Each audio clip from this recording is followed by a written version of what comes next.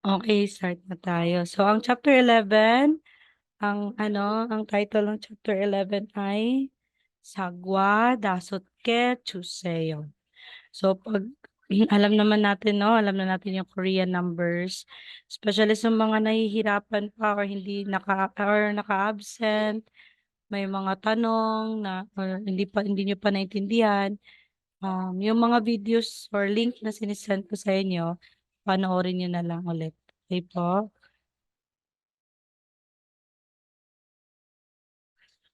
Okay, so ang chapter 11 is please give me 5 apples. So dito sa chapter 11 guys, yung objective natin dito is matutunan natin yung vocabulary tungkol or yung category is fruit, food, and money and purchasing goods.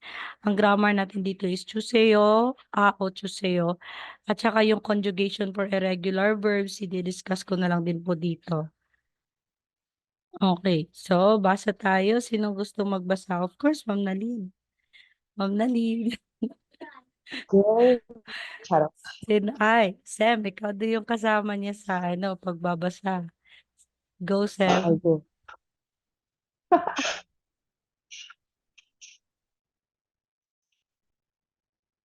Hindi talaga nagsasalita eh.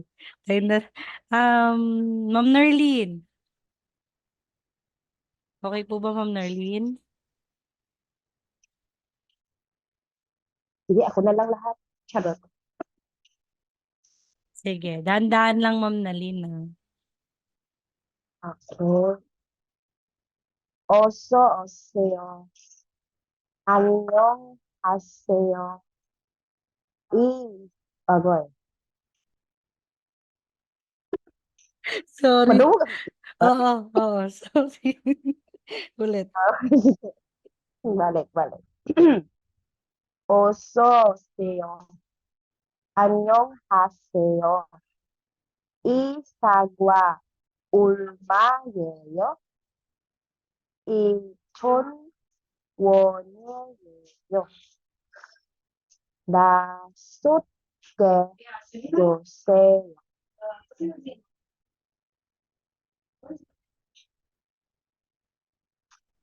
Palitan pa kami, ma'am. Charot lang.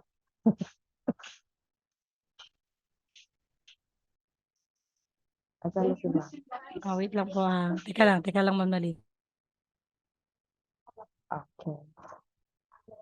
Oso, oseo. I sagwa. Ulmayeyo. Dasutke yoseyo. Lagi, yak. Okay, sorry po sa interruption. Okay, tapos na, Ma'am Nerlin, no? 잘했어요, Ma'am Nerlin. 감사합니다. Okay. So, pag sinasabi natin uso, oso, useyo, yan po ay welcome. So, ginagamit po itong oso, useyo, especially yung mga customers na nasa shop. So, kung ikaw ay nagtatrabaho sa shop, tapos may customer na papasok sa shop na pinagtatrabahuan mo, like mga milk tea shop, Starbucks, ganon. So, pwede mo siyang i-greet ng oso useyo. Yan. At saka dito, highlight na dito is won. Pag sasabihin nating won, yan po ay currency ng South Korea. Na won. So, yung currency natin dito is peso, sa kanila is won. Okay, dito na tayo sa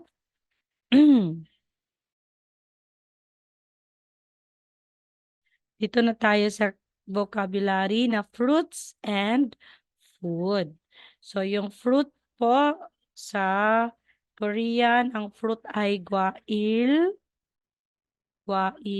tapos yung food is sikryopum. Yan. So, yung alam na natin yung di ba po? So, ay an. Di ba? Hello, Ma'am Shai. Good evening. Okay. So, ako na lang magbasa sa vocab. So, ang apple sa kanila is sagwa, orange is orangey, grape is pudu, watermelon is subak, 물 is tubig. Pag juice naman, juice. Pag milk is uyo. Pag bread or tinapay, pang. Pag noodles, mga instant noodles, ang tawag dun sa kanila is ramyon. Pag naman po snacks, kwaja. Kwaja. So, chocolate, chocolate. And ice cream is ice cream. Yan. So, yan po, kailangan din mag-memorize po sa mga vocabs natin. So, try natin nito. Number 1, ano nga ulit yan? Sagwa. Sagwa. Parang orange, no? Di Orange. ba? Parang Ay. orange. Oo. Pero sa book po talaga, sa EPS book, yan po ay apple. Sagwa. Sagwa po yan. Iba po yung orange sa kanila kung titingnan natin. Yun, ito yung orange. Ito yung apple. Yun, okay. So, number 1 is sagwa. Number 2, grapes. Food. Pudo. Yes, Food. pudo. Pag tubig, Mall. mall. At saka pag bread or tinapay, pang. Okay. So, dito na tayo sa grammar. Chuseyo. So, chuseyo. Sa English po is please. Ano ba sa Tagalog to? Teka lang. Iisip ako. Ano nga sa Tagalog yung please? Pakiusap. Pakiusap. Yun. Tama. Thank you po. So, chuseyo is please or sa Tagalog is pakiusap. Yan po ang grammar natin ngayon. I-attach natin si chuseyo sa noun. No, sa noun. Gagamitin natin ang chuseyo to politely request or politely command something. So especially often ginagamit ang chuseyo for purchasing items. Halimbawa, pag sasabihin mo, please give. Ganyan. Ganon talaga siya. So yan, chuseyo. So halimbawa, please give me a cup of coffee. So please give me a cup of coffee. Kung itatranslate natin to Korean, mauuna si coffee, tapos please give. Yun. So, pwede natin sabihin coffee, tapos hanchan. Bakit hanchan or hanjan? Kasi a cup. Di ba po? Pag sasabihin natin sorry. Ibig sabihin isa. Di ba po? Please give me a cup of coffee. Ang chan dito is counting unit ng cup. Yun. Kaya coffee, hanchan, 주세요. So, parang naano din, nadugtong pa rin po yan sa noun.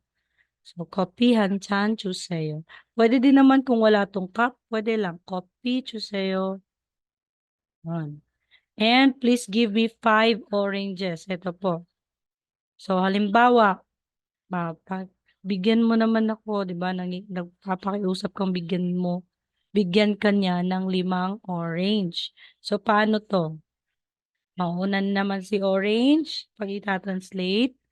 Tapos, 5. 5, gagamitin natin yung pure numbers or native numbers. Tapos, yung please give is 주세요. So, magiging orange, orange. Tapos, ilan nga? 5. Ano ba yung native Korean ng 5? Dasot.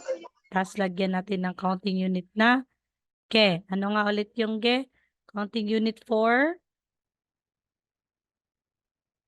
things or anything, di ba po?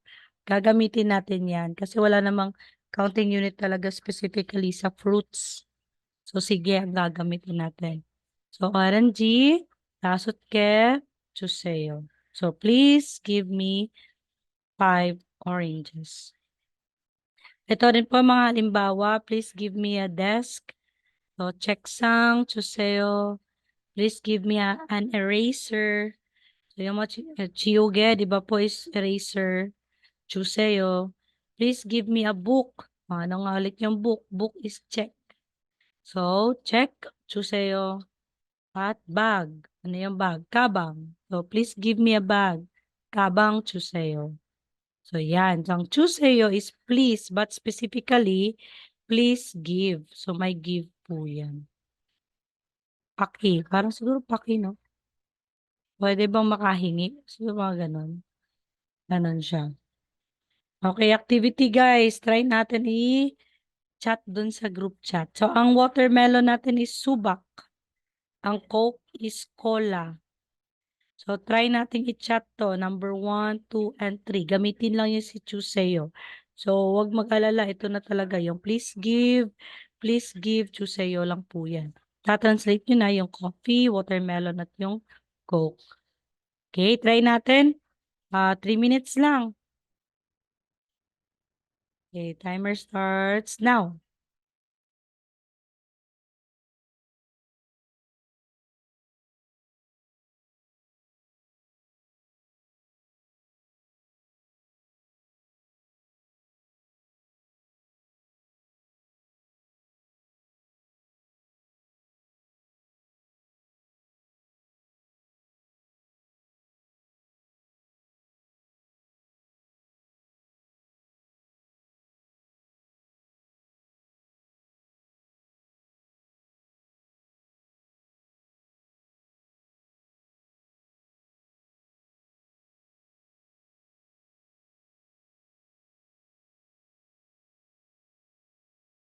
Sige po, Ma'am Nalin, walang problema. Kinig-kinig lang.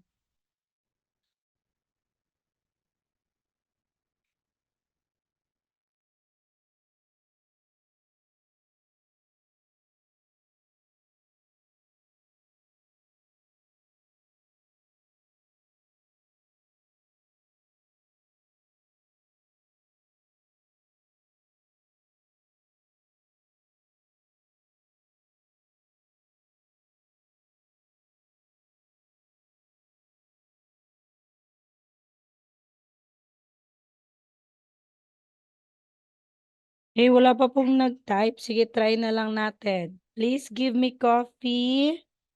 Coffee, Chuseo. Tapos, please give me watermelons. Ayun, nandito na si Ma'am Nerlene. Okay. Please give me watermelon, subak, Chuseo. Tama po. And give me Coke, cola. Cola, Chuseo. Ayun. Okay. Charis Soyo, Nerlene si. So, dito na naman. Assignment nyo to guys ha. Isa-send ko lang. So, ang gagawin lang talaga dito sa assignment ng Chuseo is tingnan yung picture. So, let's try the Pogi one. Pogi or example. So, kung titingnan natin ito, hindi yan orange ha. Sagwa or apple yan. So, sabi niya dito, mall turil kayo. So, anong gusto mo? Sige po, Ma'am Shai. Sige. Kinig lang po kayo. So, makikinig kayo lahat ngayon. Okay lang. Walang problema. Maaga tayong matatapos. Basta po nakinig talaga guys. Kasi ano din, inaalala ko din yung ano nyo, yung learnings nyo. Kung meron ba talaga nakuha every night. So, multuril kayo, what would you like to have? So, yan, kung titingnan natin yung picture, so, ilan siya? 5. So, ano ba yung Korean or native Korean number ng 5? Tasot. So, mauna muna si sagwa or si apple, yung subject. Sagwa, tapos ilan? Tasot. Tapos lagyan ng counting unit na ke, tapos juseyo. So, ibig sabihin, please give me 5 apples. So, yan lang po ang gagawin. So, screenshot ko lang din naman po ito. Okay. Yan po yung juseyo. So, dito na tayo. May mga sagot. Dito tayo sa vocabs 2. Bakit makikinig na kayo lahat kasi may work kayo? So, dito na tayo sa vocabs 2 tungkol sa money and purchasing goods or wapyewa mulpumgume. So, money and purchasing goods. So, pag pera, tungkol sa pera, tun is money. Okay po? Or yonggum. Yan, money or tun or yonggum. Next, pag coin is tungchun. Tungchun. Pag paper money, yung mga yung ano, Alam niyo na yung ano yung paper money. Chipye. Chipye. Pag credit card, 신용카드. 신용카드. Credit card. Pag naman po price, yung presyo ng isang goods or ng isang item is ano to? Paano yan? Cap or kagyok. Cap or kagyok. Pag naman po to be cheap, sada. Ito po yung spelling ng sada ng to be cheap. To be expensive is pisada. So, cheap is sada, expensive is pisada. Pag naman po to bargain, ano yung to bargain? Yung nanghihingi ng discount, ganon. Kakda. Kakda or capsule. Yan, kakda, to bargain. Pag naman po, to put in, noda. Noda lang po ta kasi letter H po yung consonant, last consonant. So, to put in, ilalagay. Noda. To wrap up, ito, kagaya sa picture, sada. Same lang po talaga sila ha, sada or pujanghada. Itong to wrap up na pujanghada is pag nilagay sa box, yung malalaking box, pujanghada. To wrap up lang na ganito, na parang inirap lang po siya, sada pa rin po yan. To exchange, pakuda or 교환하다. Ang to exchange, pakuda or 교환하다. Kapag naman po to refund, wanbulhada. Wanbulhada. Yan, to refund. Okay, so yan po yung mga vocabs na nasa money and purchasing goods. Tungkol naman po sa clothing, ito po yung vocabs or wiryo. Yan po yung clothing. Kung palda or skirt, chima. Pag pants, pachi or paji. Pag t-shirt, t-shirt. Pag jacket, chamba. Chamba입니다. Parang sinasabi ng iba. Jacket is chamba. Pag sneakers, ito, sapatos na sneakers, undungwa. Pag sapatos naman na ganitong sapatos, may heels, kudo, ginagamit for work, kudo. Pag slippers, solipo. Pag rain boots, jangwa. Yan, pag rain boots, jangwa. Pag socks po is yangmal. Gloves is changgap. Yung susuot natin for works to. Sock or any clothing. Scarf is mukturi. Mukturi. Hat or cap is moja. Yung, ano nga sa Tagalog yung cap or hat? Kalimutan ko guys. Bisaya kasi ako, pasensya. So, pag tie is Sombrero. necktie. Sombrero.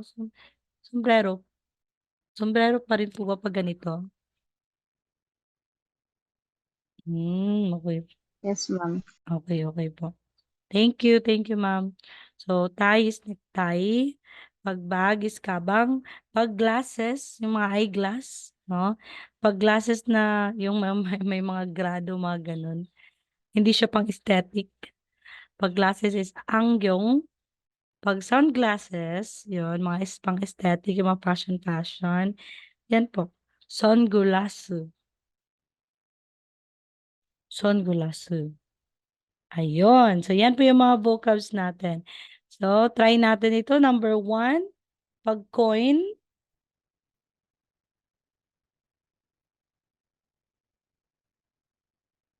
Ano nga yung coin? Kung naalala niyo pa.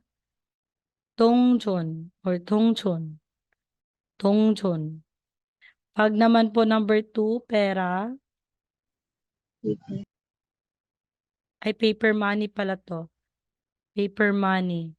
Chipye. Pag credit card, 신용카드. Alam niyo, naalala ko lang. Yung para hindi niyo makalimutan na ito ay 신용카드. Kasi daw si credit card, 'di ba po may chip, 'di ba? Tsaka yung chip ay SIM. So parang rhyme lang po ng sin. SIM at SIM, 'di ba yung card may chip siya na parang SIM. So, yan, 신용카드, card, yan, for credit card. And ito po is, ano ibig sabihin ng CAP? Exchange ba?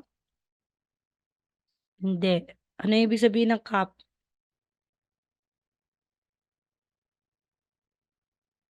Kung naalala nyo, CAP is Sneaker po. sneakers. Tingnan nyo, may presyo. Price po, CAP. Yan. Oo. Okay. So, yan yung vocabs number 2. So, dumako na tayo dito sa grammar 2 or grammar 1 pa lang. Grammar 2. Di ba kanina, 주세요, i-attach sa noun. What if i-attach natin sa verb? So, magiging o 주세요. Or, please do me a favor. Parang nagre-request ka na gawin, na may gagawin. Kasi yung 주세요 lang na i-attach sa noun, nagre-request ka lang na may ibigay sa'yo. Dito is may gagawin na. So, pakisulat nga to. Ganon. So, o 주세요. So, pakisulat. So, verb is sulat. So, i-attach natin si o 주세요 sa verb.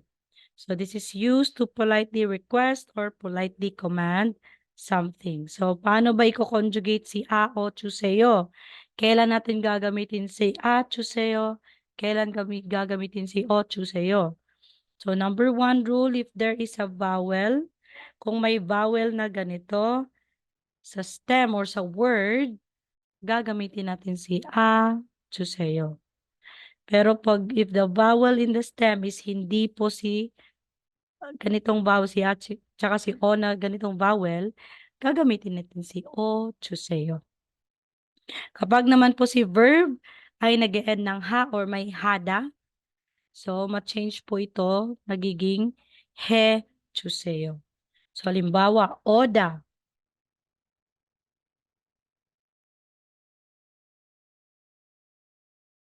Halimbawa po, oda. Ano ibig sabihin ng oda? Oda is verb po yan na to come. Di ba po? To come. So, kung titingnan natin, conjugate natin, tanggalin natin yung da. May iwan si verb stem na o. Tapos, tingnan natin si o. Pasok siya sa number 1 na rule.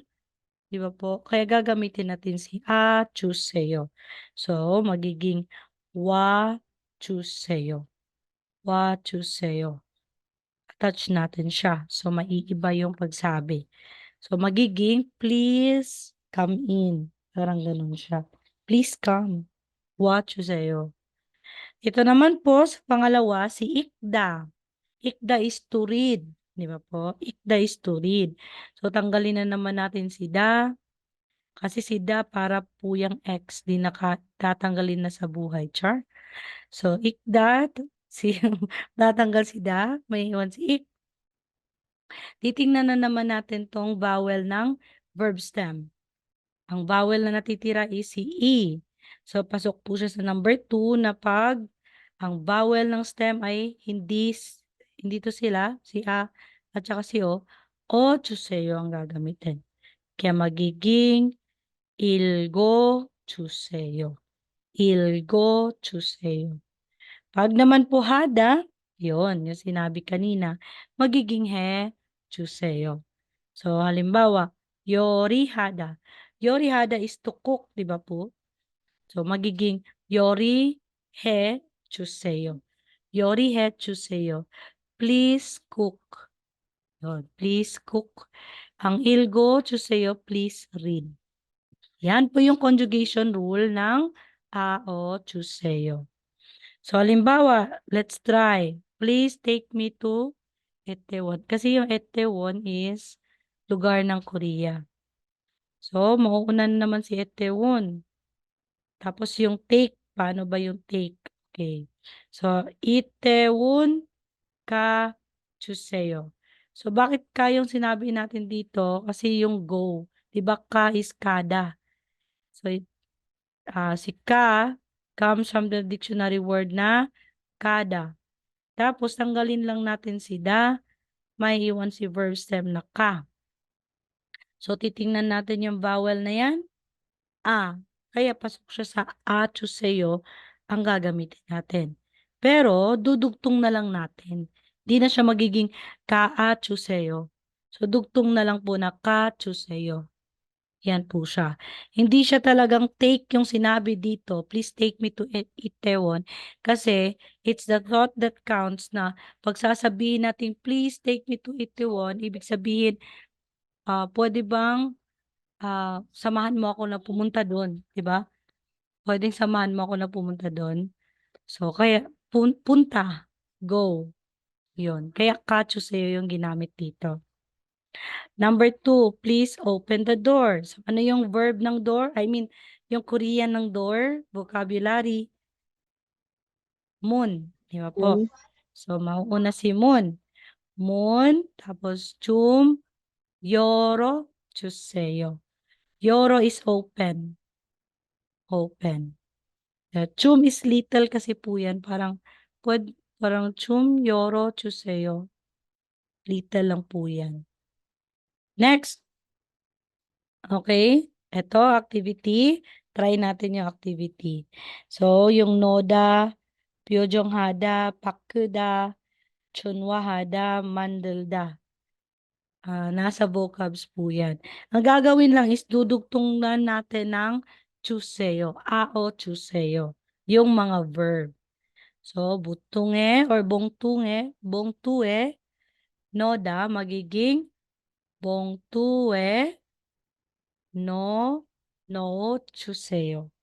No chuseyo. So, ano ibig sabihin ng noda?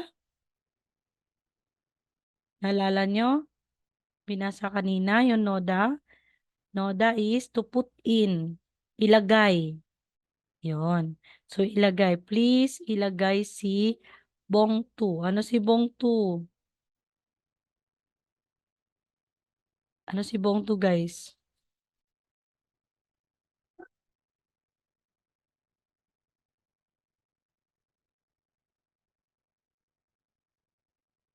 Walang nakakaalala? Hmm? Ano?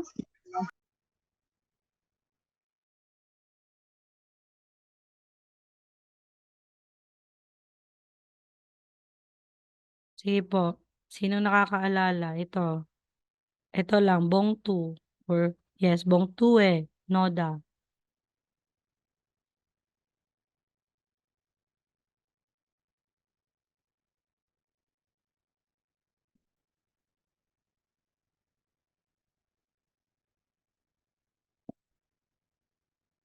Okay, sige, wala.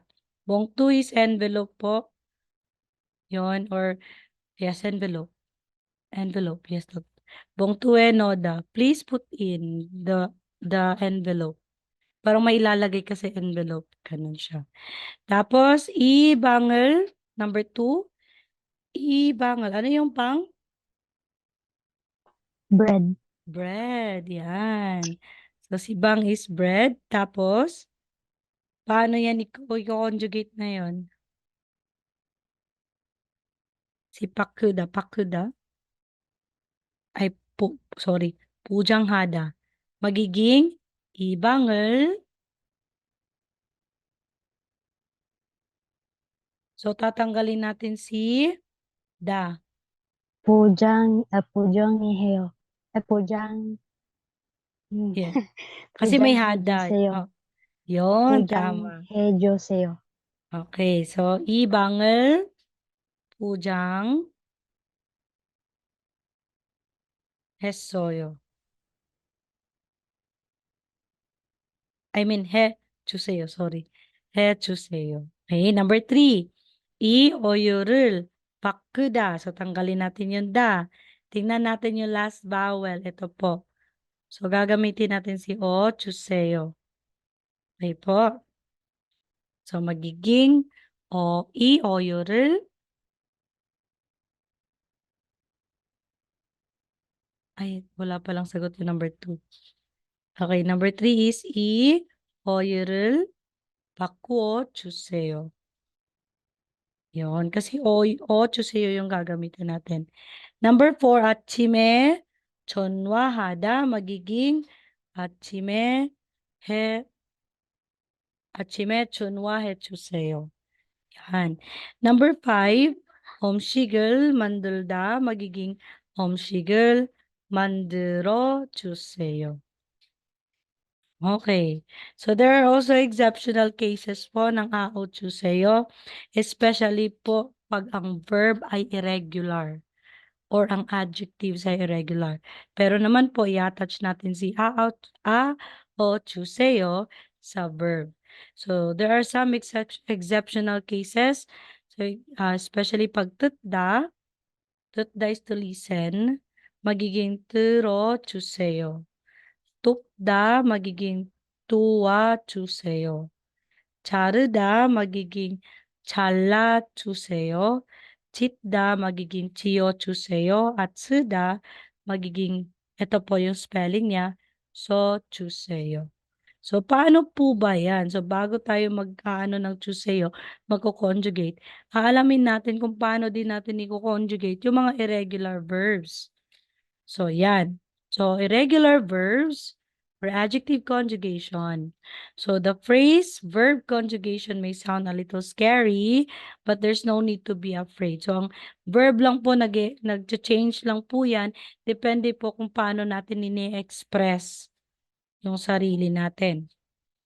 So, Korean verb conjugation, medyo mahirap, no? Kasi may mga grammar din aside sa i-conjugate natin ang verb into present tense, past tense, and future tense, i-conjugate din natin sila sa gagamitin nating grammar na i-attach sa kanila. Ganun siya. So, conjugations can change the meaning of a sentence completely. So, sa Korean, there are some ways of conjugating verbs that might be unfamiliar to you. And one of these is conjugating according to formality. So, ipapaalala ko lang sa inyo itong patchim. So, nasa baba yung patchim, di ba? Sa unahan is yung initial, next yung middle, at the last part is the final position or tinatawag nating patchim. So, yan. So, ano lang, recall lang. So, paano ba yung irregular? Kasi po sa irregular verb, ibig sabihin yung patchim, no? Yung final consonant yung iintindihin natin dito. So, halimbawa sa irregular na diyot, ito po na consonant. Irregular verbs na may final consonant or may mga patchim na diyot, mag-change po yan into real or letter R na alphabet sa Korean. So again, irregular diyot verbs mag-change na into real. Limbawa, kotda. Kotda means to walk. So kung titingnan natin yung final position dito kasi tatanggalin natin si da, di ba po ba? Tatanggalin natin si da. So si kot na lang. Irregular verb po siya. So tatanggalin natin si diyot dito. Change natin into real. So magiging call. After that, i-conjugate mo na into present tense. So hindi natin sasabihin kodoyo, magiging kuroyo. Tapos past tense, kurosoyo. At yung future tense, kurulguyeyo. Yan.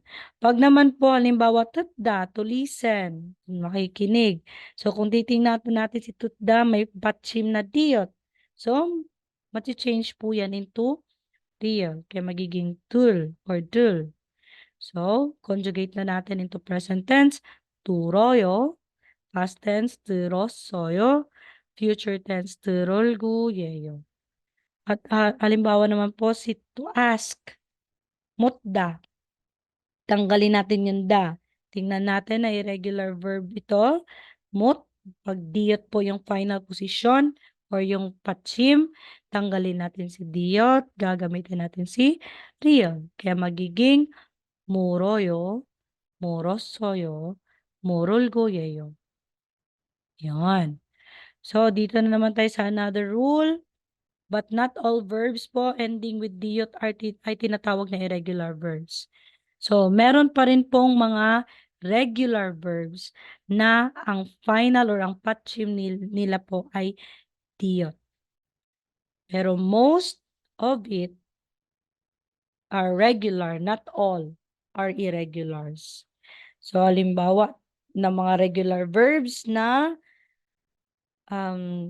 may diyot na patchim. Si tatda, to close. Tat lang lang pa rin po siya. So, maging tadayo, tadasoyo, tadulgoyayo.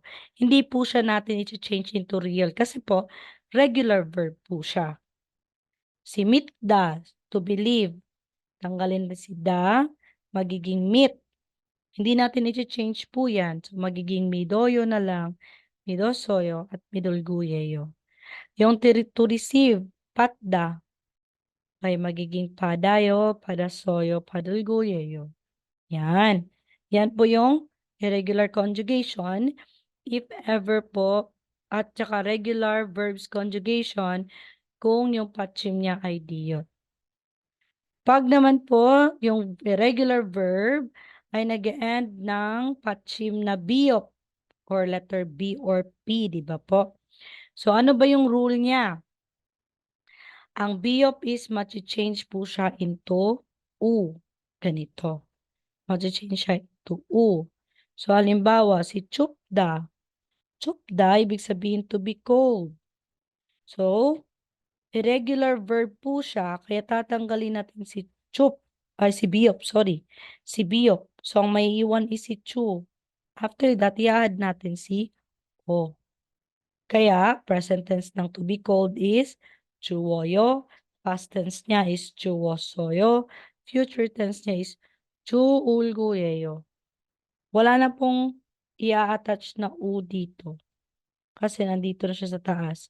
Tapos lagay na lang natin yung real. Sa baba. Real gu, yeyo. Next, si tupda. Tupda is to be hot. Init. So, tanggalin natin si da. May iwan yung verb stem na tup. So, irregular verb po siya na may patchim na biop. Kaya tanggalin natin si biop. Tapos, add natin si u. So, magiging towu. So, tuwoyo, tuwosoyo, tuulguyeyo. Yan po yung irregular biop. So, there are also two exceptions to the conjugation rule na may patchim na biop.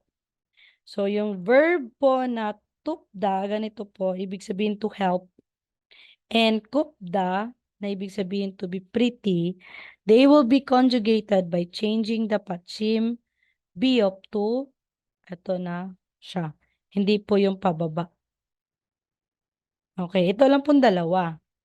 Pag si to help, si irregular verb na tupda at saka kupda, change po yan. Tanggalin natin si biop. Change po yan ng ganitong vowel.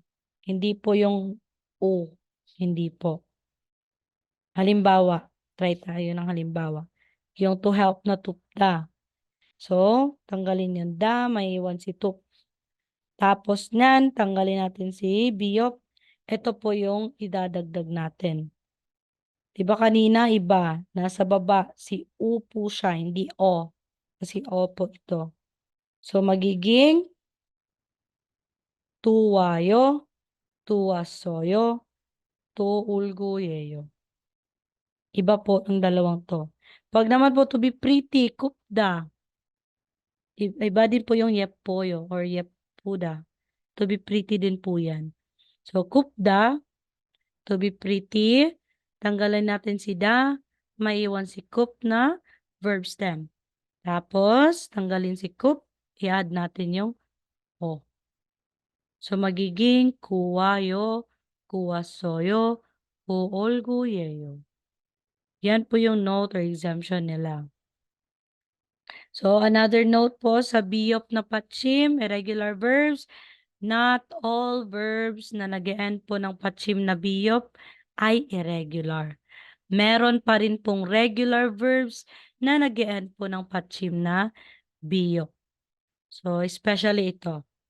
Chapda, to catch. So, hindi natin lalagyan ng o. Hindi. Remain as is po siya. So, magiging chabayo, chabasoyo, chabulguyeyo. Yan kasi po regular verb siya. So, hindi natin siya hindi natin tatanggalin yung biyo. Ipda is to wear. So, hindi natin tatanggalin si biyop sa baba. Conjugate lang tayo into present tense, past tense, and future tense. So, iboyo, ibosoyo, ibulguyeyo. And shipta is to chew. So, tanggalin si da, may iwan si ship. And regular verb siya, kaya remain as is. Tapos, conjugate na tayo. Shiboyo, shibosoyo, shibulguyeyo. So, yan po yung sabiyo. Pag naman po irregular verb na nag-end po nito, itong vowel na ito. No? Pag ang regular verb ay nag-end ng ganyang vowel, ito pong vowel na ito will be dropped, tatanggalin, and will be changed into ayo or oyo depending po sa last vowel ng verb stem. Again, kapag po ang irregular verb ay nag-end ng patchim na ganito, vowel, so yan pong vowel na iyan, ida-drop or tatanggalin natin, mag-change tayo into ayo, oyo. Depende na po sa last vowel of the verb. So halimbawa, yung to be hungry, kopuda. Kopuda, to be hungry. So tanggalin si da, maiiwan si kopu. So si kopu, ang sabi dito sa rule, tatanggalin natin tong vowel na ito. So, tingnan na naman natin yung last or vowel na ito. So, verb stem. Pag o, gagamit natin si ayo. Kaya magiging, tapos attach na lang natin siya dito. Tanggal na siya. So, pag i-conjugate, ayo na yung gagamitin natin into present tense. Kaya magiging upayo, upasoyo, upulguyeyo. So, tanggalin na lang natin yung irregular verb or yung patchim na ito. Another example is suda. Suda is to write. So, kung tatanggalin natin tong da, su na lang po yung maiiwan. Diba? Kung tatanggalin naman natin kasi diba po ida-drop natin siya. So, si consonant, double consonant na lang po na siyat yung maiiwan. So, ang ating gagamitin is si oyo. Kaya magiging soyo sa present tense, past tense sosoyo, sa future tense sulguyeyo. Kapag naman po apuda is to be sick. Puda, so tanggalin natin si da. Irregular verb po ito na may patchim na vowel na iyan. Alam niyo na yung vowel na iyan. So, ang may iwan is si apu. Tapos, tanggalin lang itong vowel na ito and up. So, kung titingnan natin si up, ang last vowel niya is a. So, pasok siya sa rule na ayo yung gagamitin. So, sa present tense, magiging apayo. Sa past tense, Sa past tense, magiging apasoyo. Sa future tense, magiging apulgoyeyo. Yan po kapag ang irregular verb ay nag-end ng ganitong vowel. Yan po yung rule. Another rule po, pag si irregular verb ay nag-end ng ru. Pag si irregular verb ay nag-end ng ru, so itong verb stem na ito na nag-end ng ru, yan pong vowel na iyan will always drop. And ito lang po si real ang i-attach or i-add natin sa patchim. Ayan, example. Meron tayong paruda. Okay, huwag kayong mag-alala, magsasend ako ng mga irregular verbs, conjugations, para hindi pa kayo mahirapan. So, paruda, to be past. So, tanggalin si da. Tapos, maiiwan si verb stem. Na paru. So, ang sinabi dito na rule, tanggalin si vowel na uy. Kaya, par na lang po siya. Tapos mag-a-add tayo ng panibagong real. Kaya ganyan. After that, conjugate na natin into present tense. So, palayo, palasoyo, parulgu, hyeyo. So, yan po. Next, poruda. Poruda is to call or to sing. Poruda. So, same thing lang din. Tanggalin si da. May iwan yung verb stem na paru. Tanggalin si uy. Add tayo ng real. Kaya magiging conjugate na natin into present tense. Puloyo, pulosoyo, purulguyeyo. So, dito sa future tense, nakikita natin, hindi na po siya o soyo, aso yung gagamitin, di ba po? Kasi at saka real guyeyo siya. And to choose, kung mamimili, koruda sa Korean. Tanggalin si da, maiwan yung verb stem na koru, tapos tanggalin natin si uy na vowel, at tingnan natin, add natin yung real, bagong real. Tapos nun, i-conjugate na siya.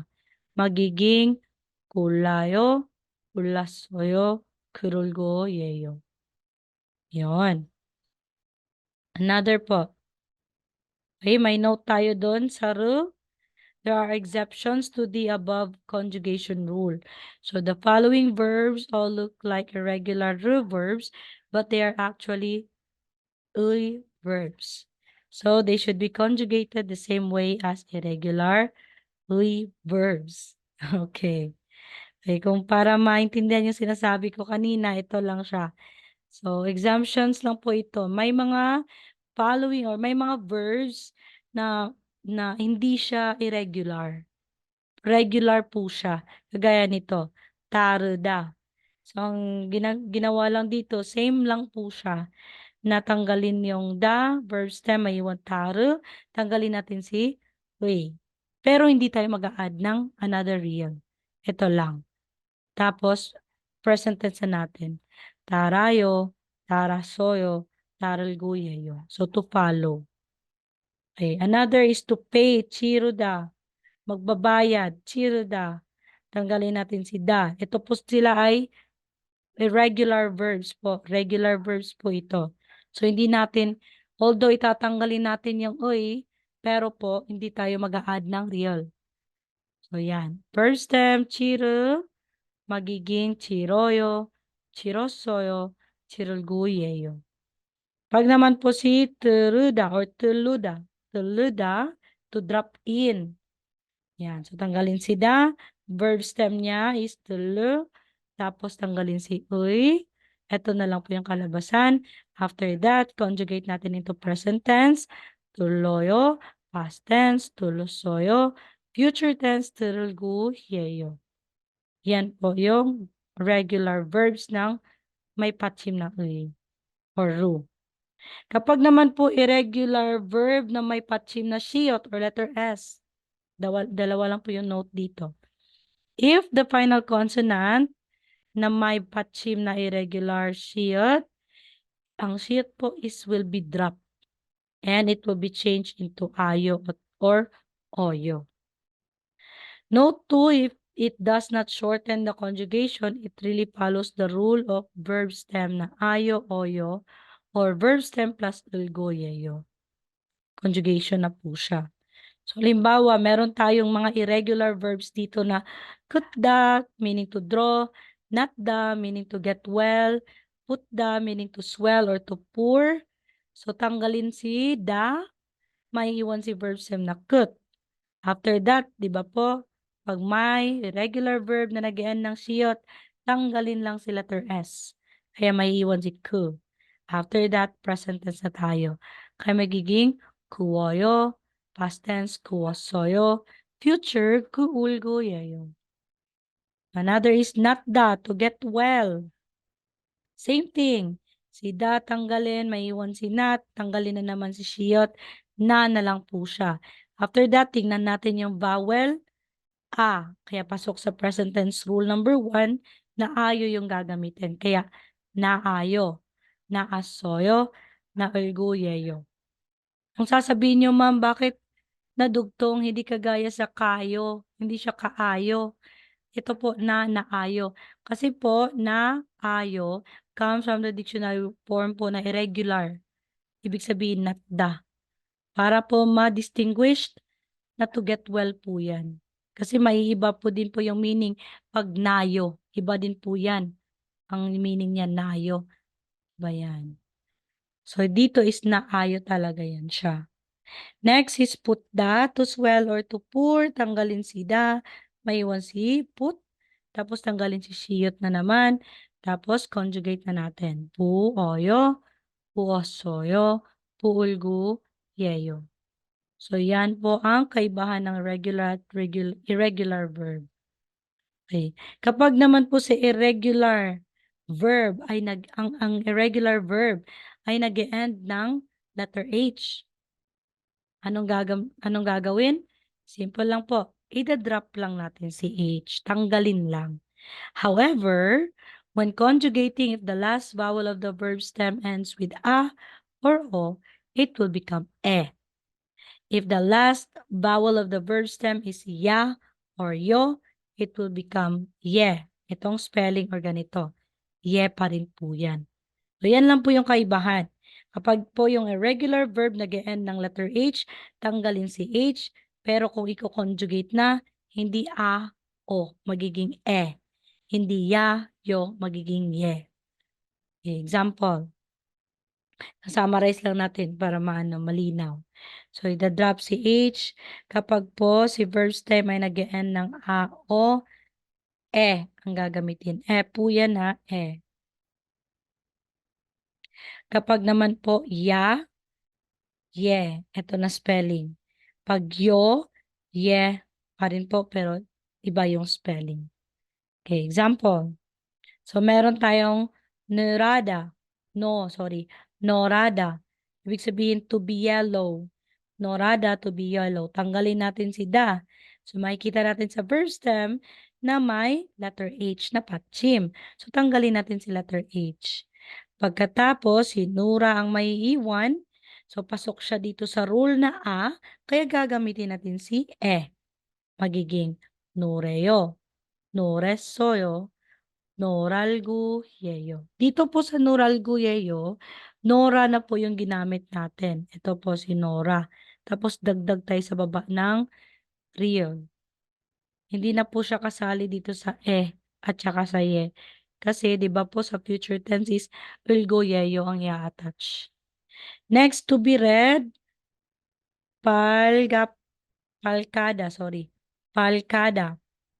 Tanggalin si da, maiwan si palka, tapos tanggalin si H, and tingnan natin, A pa rin. Kaya yung gagamitin. Kaya magiging palgeyo, palgesoyo, or palgalguyeyo. And to be such, otoda, tanggalin si da. Yan na po yung may iwan. Tanggalin na naman yung H. So, oto. So, titingnan natin, pasok pa rin po siya sa rule number 1 na yung gagamitin. Kaya magiging oteo, otesoyo, o tulguyeyo.